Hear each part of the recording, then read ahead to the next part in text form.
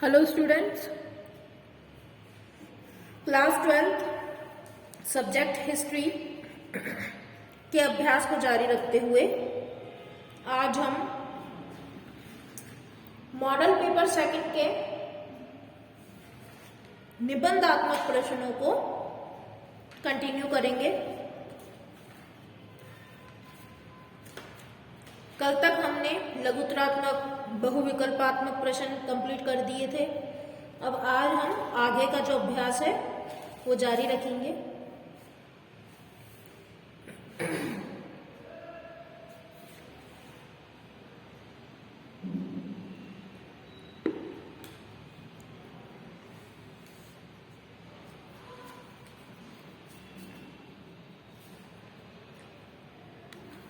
निबंधात्मक प्रश्न आप लिखिए, मॉडल पेपर सेकंड का है ये।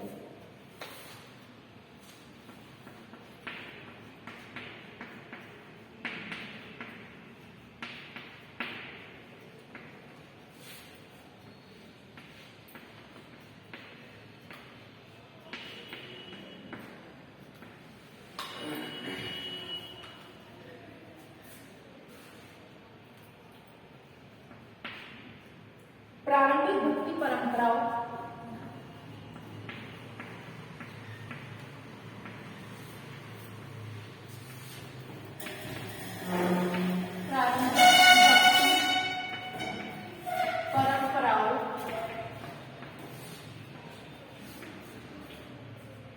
को स्पष्ट करते हुए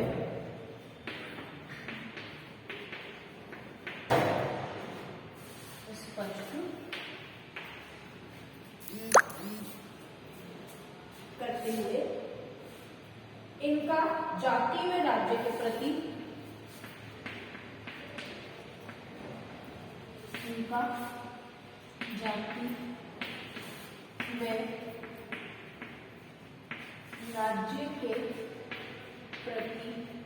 दृष्टिकोण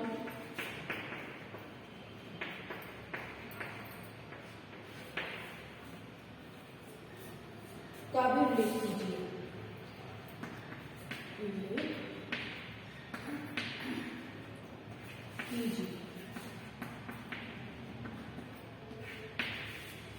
क्वेश्चन है, प्रारंभिक भक्ति परंपराओं को स्पष्ट करते हुए इनका जाति व राज्य के प्रति जो दृष्टिकोण है उसको हमें बताना है।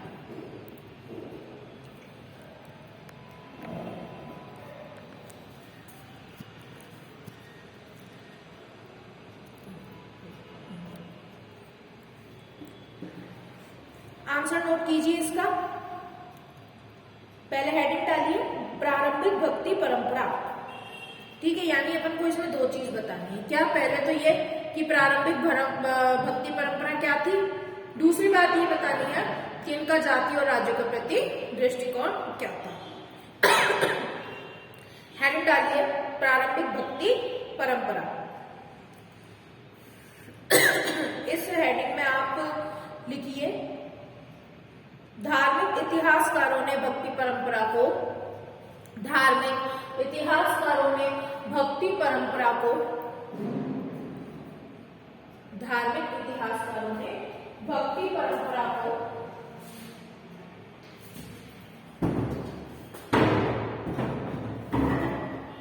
दो वर्गों में विभाजित किया है। दो वर्गों में विभाजित किया है।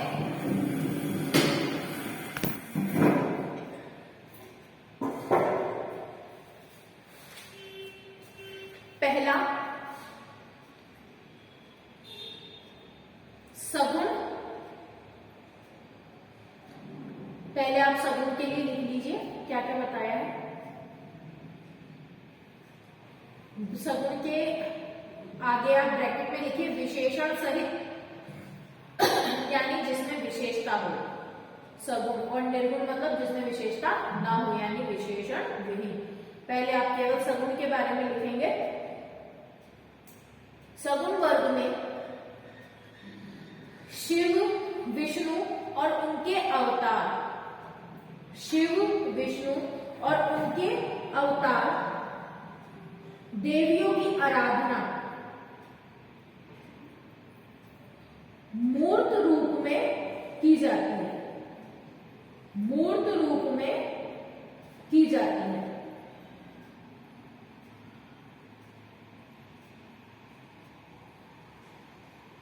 दूसरा पॉइंट है इसका निर्गुण। निर्गुण के अंदर आप पहले ब्रैकेट में लिखेंगे विशेषण विहीन, इसके अंदर लिखिए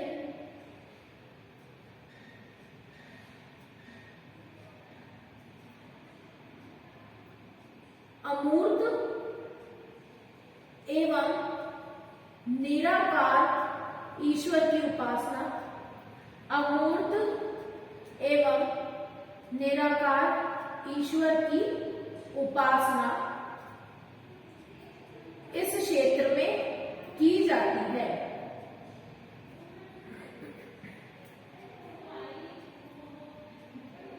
अब आप एक लाइन चेंज करके यानी पैराग्राफ चेंज करके ये लिखेंगे प्रारंभिक भक्ति परंपरा के दौरान, प्रारंभिक भक्ति परंपरा के दौरान छठी शताब्दी में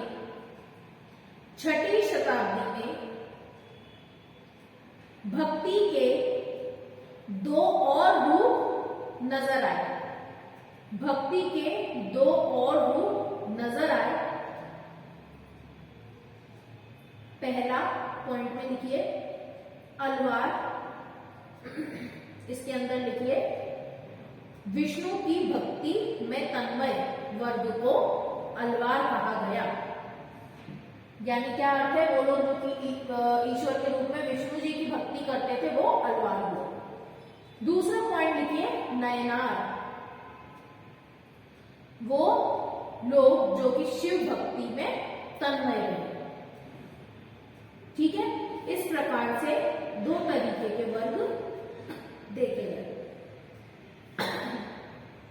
दोनों ही वर्ग में मुख्य रूप से ये पाया गया, दोनों ही वर्गों में मुख्य रूप से ये पाया गया कि अपने इष्ट की भक्ति के लिए, अपने इष्ट की भक्ति के लिए भजन करना तथा एक स्थल से दूसरे स्थल की ओर जाना।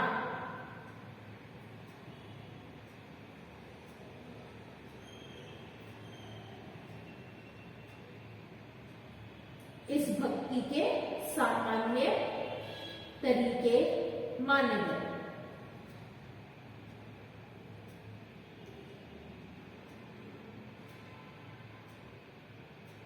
ठीक है, ये तो इस क्वेश्चन में दो चीज पूछी थी, तो ये तो आपके पहले वाले पॉइंट का आंसर हो गया कि प्रारंभिक भक्ति परंपरा में क्या किस तरीके से वर्गों का निर्माण किया और वो किस प्रकार की भक्ति थी। अब आगे दो चीज और पूछिए कि ये जो प्रारंभिक भक्ति थी, इस भक्ति का जाति और राज्य के प्रति क्या दृष्टिकोण था। तो आप लिखिए अगला पॉइंट, हेडिंग बनाइएगा जाति के प्रति दृष्टिकोण।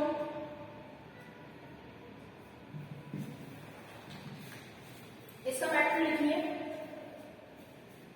कुछ इतिहासकारों का मत है कि अलवार और नयनार संतों ने, कुछ इतिहासकारों का मानना है कि अलवार और नयनार संतों ने, अलवार और नयनार संतों ने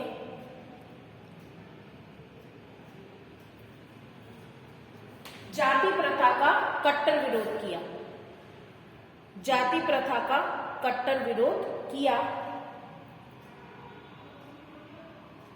इन संतों के माध्यम से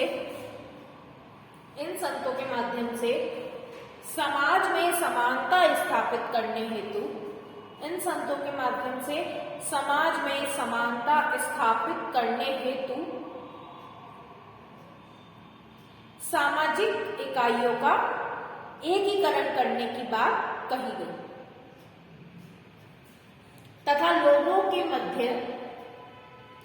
तथा लोगों के मध्य जातिगत समानता जैसे भावों का प्रचार किया गया। ठीक है, क्लियर हो गई ये चीज? ये तो हो गया आपका पूरा जाति के संबंध में जो दृष्टिकोण था। नेक्स्ट हेडिंग बनाइए राज्य के प्रति दृष्टिकोण। अब इसमें हम ये बताएंगे कि प्रारंभिक भक्ति के वक्त पर जो राज्य के प्रति दृष्टिकोण है वो किस प्रकार का था।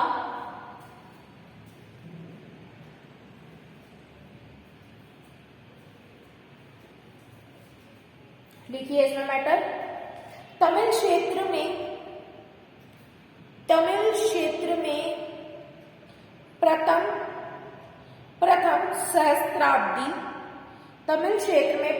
सहस्त्राब्दी के उत्तरार्ध में राज्य का उद्भव तथा विकास हुआ, जिसके अंतर्गत पल्लव और पांड्य राज्य शामिल थे। जिसके अंतर्गत पल्लव एवं पांड्य राज्य शामिल थे।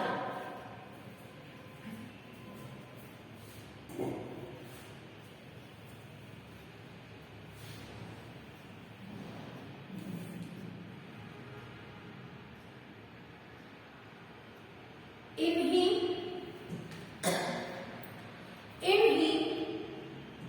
राज्यों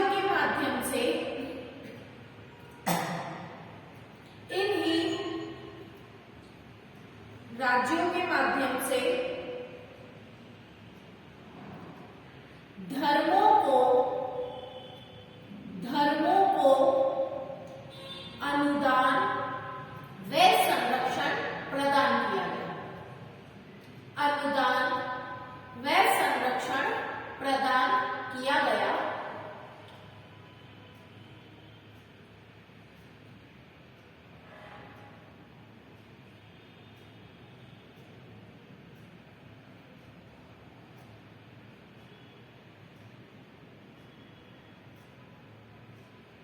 तथा शासकों ने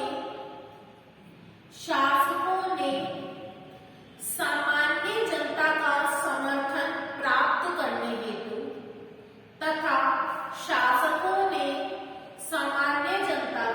समर्थन प्राप्त करने हेतु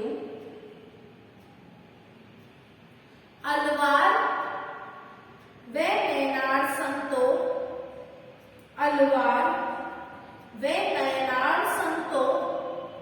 को सम्मानित किया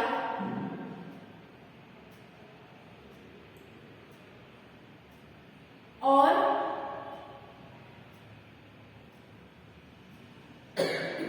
विशाल मंदिरों व आश्रय स्थलों का निर्माण करवाया गया।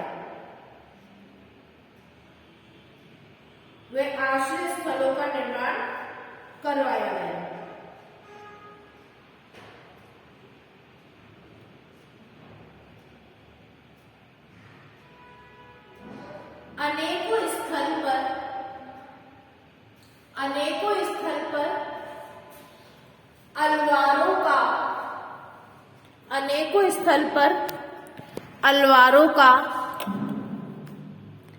राजकीय समर्थन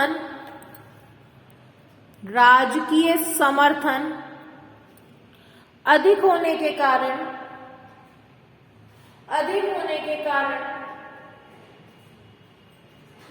नयनारों द्वारा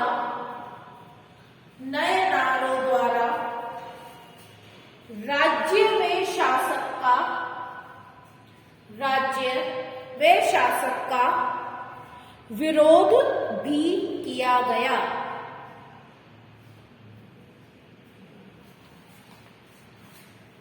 ये हो गया अपना आंसर कंप्लीट। अब आप नेक्स्ट क्वेश्चन लिखिए।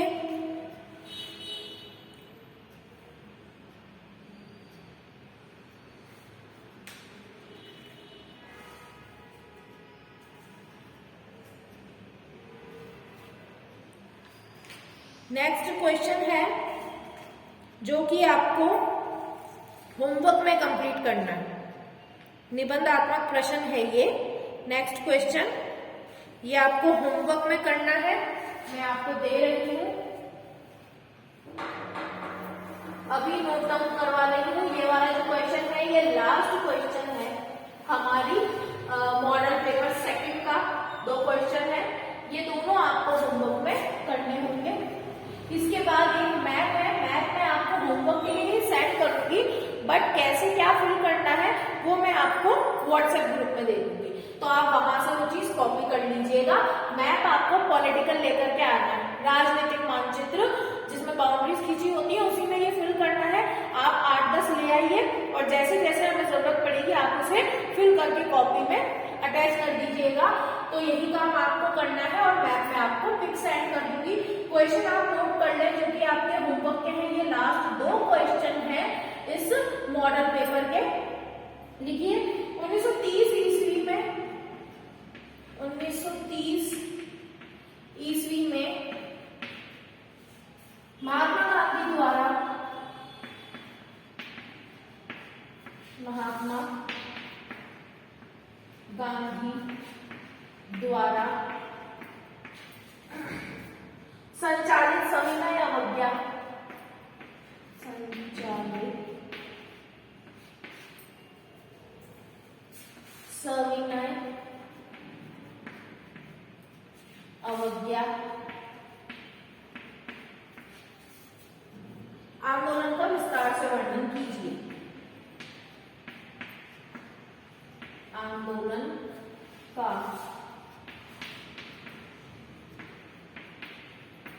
विस्तार से वर्णन कीजिए।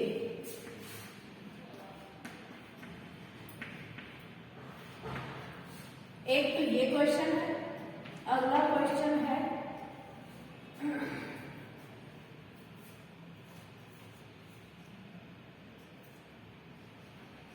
भारत छोड़ो आंदोलन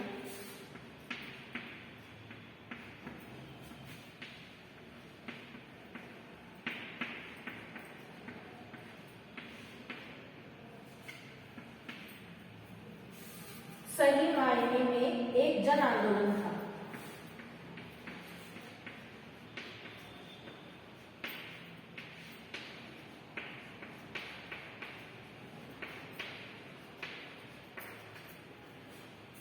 सही मायने में जन आंदोलन था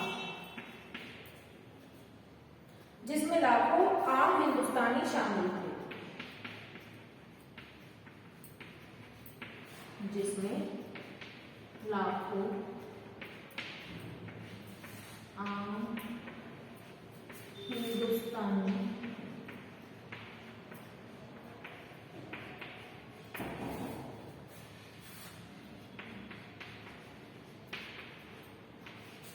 शामिल थे। कथन स्पष्ट कीजिए।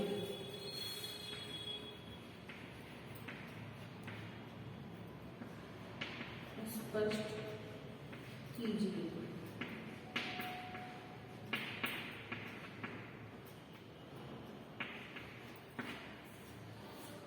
ये 2 क्वेश्चन है आपके लिए। पहला क्वेश्चन है 1930 में महात्मा गांधी द्वारा संचालित सविनय अवज्ञा आंदोलन का विस्तार से वर्णन कीजिए।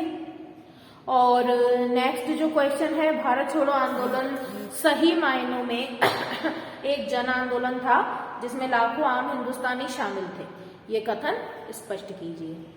तो ये जो दोनों क्वेश्चन है मैं आपको समझा देती हूँ किस तरीके से आंसर करना है। जो फर्स्ट क्वेश्चन है 1930 वाला, इसमें क्या करना है, हमें सविनय अवज्ञा आंदोलन का विस्तार से वर्णन करना है।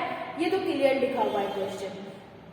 अगले क्वेश्चन में जो सेंटेंस कहा है कि भारत छोड़ो आंदोलन सही मायने में एक जन आंदोलन था जिसमें लाखों आम हिंदुस्तानी शामिल थे, कथन स्पष्ट करो, तो इसमें भी आपको भारत छोड़ो आंदोलन का विस्तार से ही वर्णन करना है। बस क्वेश्चन घुमा करके पूछा है तो आप क्या करोगे, भारत छोड़ो आंदोलन के बारे में विस्तार से वर्णन कर दोगे और अंत में एक पॉइंट डालोगे हेडिंग स्वरूप निष्कर्ष, और निष्कर्ष में लिख दोगे कि इस प्रकार यह स्पष्ट होता है कि भारत छोड़ो आंदोलन सही मायनों में एक जन आंदोलन था जिसमें लाखों आम हिंदुस्तानी शामिल थे। क्लियर हो गई बात? इस तरीके से आपको ये वाला हल करना है। ठीक है, ये हो गए आपके होमवर्क के क्वेश्चन। इसके अलावा एक और रहेगा होमवर्क के लिए आपका मानचित्र संबंधित प्रश्न, वो मैं आपको सेंड करूंगी, आप वहां से उसे कंप्लीट करेंगे।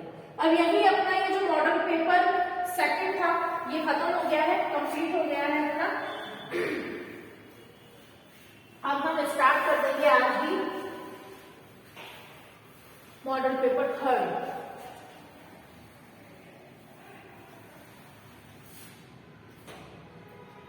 मॉडल पेपर थर्ड स्टार्ट कर देंगे और मॉडल पेपर थर्ड में सबसे पहले जो अपन करते हैं वो होता है बहु विकल्पी प्रश्न।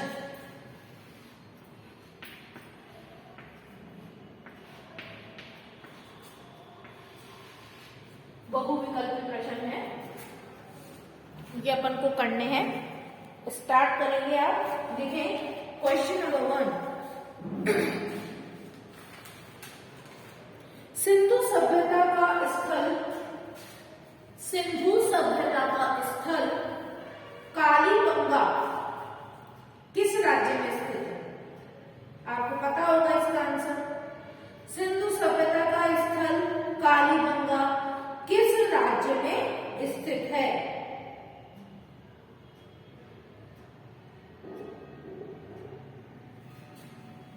आंसर पता है? कालीबंगा किस राज्य में स्थित है? कालीबंगा है आपका राजस्थान राज्य में स्थित।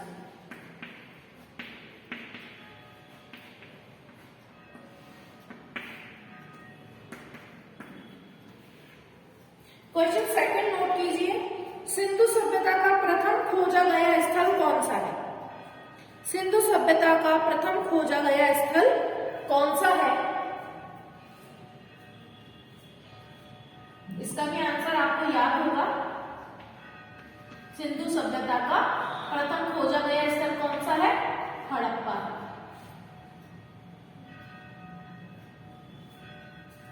ठीक है, नेक्स्ट क्वेश्चन नोट कीजिए। किस शासक को 20वीं शताब्दी के राष्ट्रवादी नेताओं ने, किस शासक को 20वीं शताब्दी के राष्ट्रवादी नेताओं ने प्रेरणा का स्रोत माना? किस शासक को 20वीं शताब्दी के राष्ट्रवादी नेताओं ने प्रेरणा का स्रोत माना? ये क्वेश्चन जो है अपन ने पिछले मॉडल पेपर में भी किया था, उससे मिलता जुलता है, बस लैंग्वेज बदली हुई है क्वेश्चन की। आंसर है इसका अशोक, सम्राट अशोक है इसका आंसर। क्वेश्चन वापस रिपीट करेंगे मैं एक बार। निम्न में से किस शासक को 20वीं शताब्दी के राष्ट्रवादी नेताओं ने प्रेरणा का स्रोत माना? आंसर है इसका अशोक।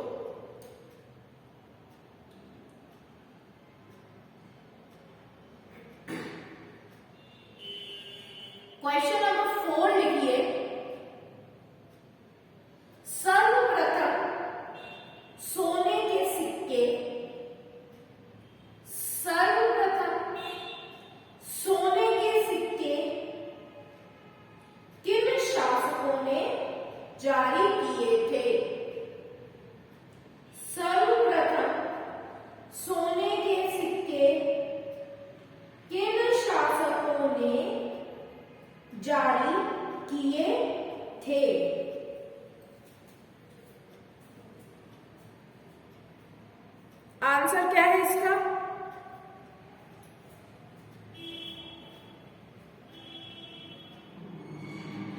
कुषाण शासक।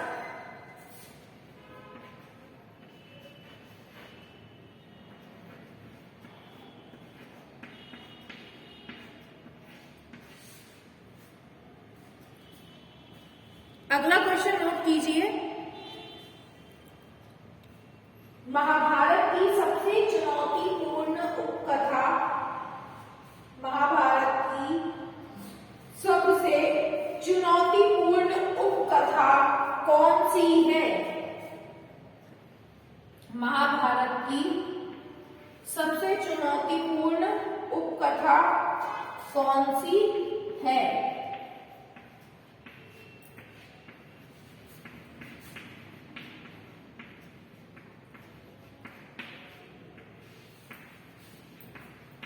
आंसर है इसका द्रौपदी का पांडवों के साथ विवाह करना।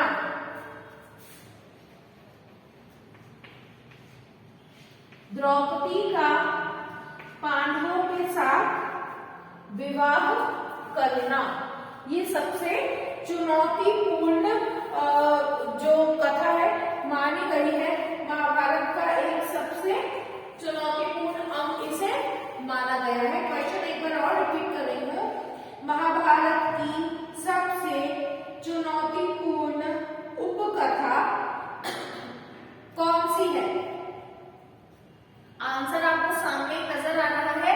आंसर है द्रौपदी का पांडवों के साथ विवाह करना। ठीक है, नेक्स्ट क्वेश्चन नोट कीजिए, 6th क्वेश्चन, प्रसिद्ध इतिहासकार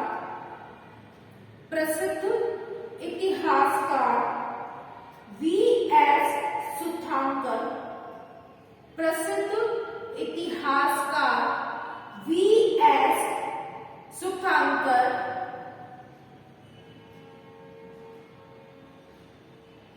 किस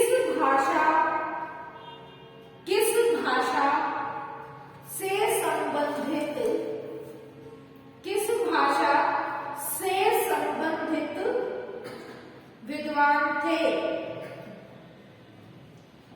प्रसिद्ध इतिहासकार वी.एस. सुधाकर किस भाषा से संबंधित विद्वान थे?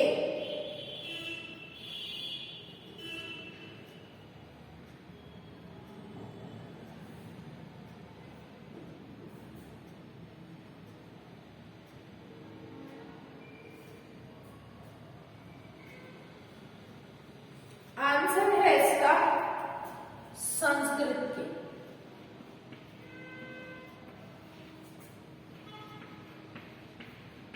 संस्कृत भाषा के वे प्रसिद्ध विद्वान थे।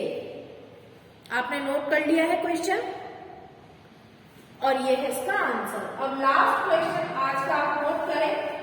क्वेश्चन है, फ्रांसवा बर्नियर किस देश का निवासी था? फ्रांसवा बर्नियर किस देश का निवासी था? इसका आंसर शायद आपको पता ही होगा। 7th क्वेश्चन है ये, रिपीट कर रही हूं क्वेश्चन, फ्रांसवा बर्नियर किस देश का निवासी था? आंसर है इसका फ्रांस। फ्रांसवा बर्नियर फ्रांस का निवासी था। ठीक है, इस प्रकार से आज हमने मॉडल पेपर 3rd को स्टार्ट करते हुए उसके बहुविकल्पात्मक प्रश्न पहला, दूसरा, तीसरा, चौथा, पांचवा, छठा और सातवां, यानी 1 से 7 तक सारे बहुविकल्पात्मक प्रश्न कंप्लीट कर लिए हैं। बचे हुए बहुविकल्पात्मक प्रश्न, रिक्त स्थान, अति लघुत्तरात्मक प्रश्न, ये अपन नेक्स्ट वीडियो में कंटिन्यू करेंगे। ये सारा काम आपको आपकी कॉपी में कर लेना है, डे टू डे लर्न भी करना है, लिखना तो है ही पर लर्न भी करना है साथ के साथ, ताकि आपकी तैयारी होती जाए। और एग्जाम में बहुत कम समय बचा है, तो आप डे टू डे आपके जो प्रश्न है उनको तैयार करते जाए, याद करते जाए। अपन अपने इस अभ्यास को जारी रखेंगे और आगे का जो मॉडल पेपर है वो नेक्स्ट वीडियो में कंटिन्यू करेंगे।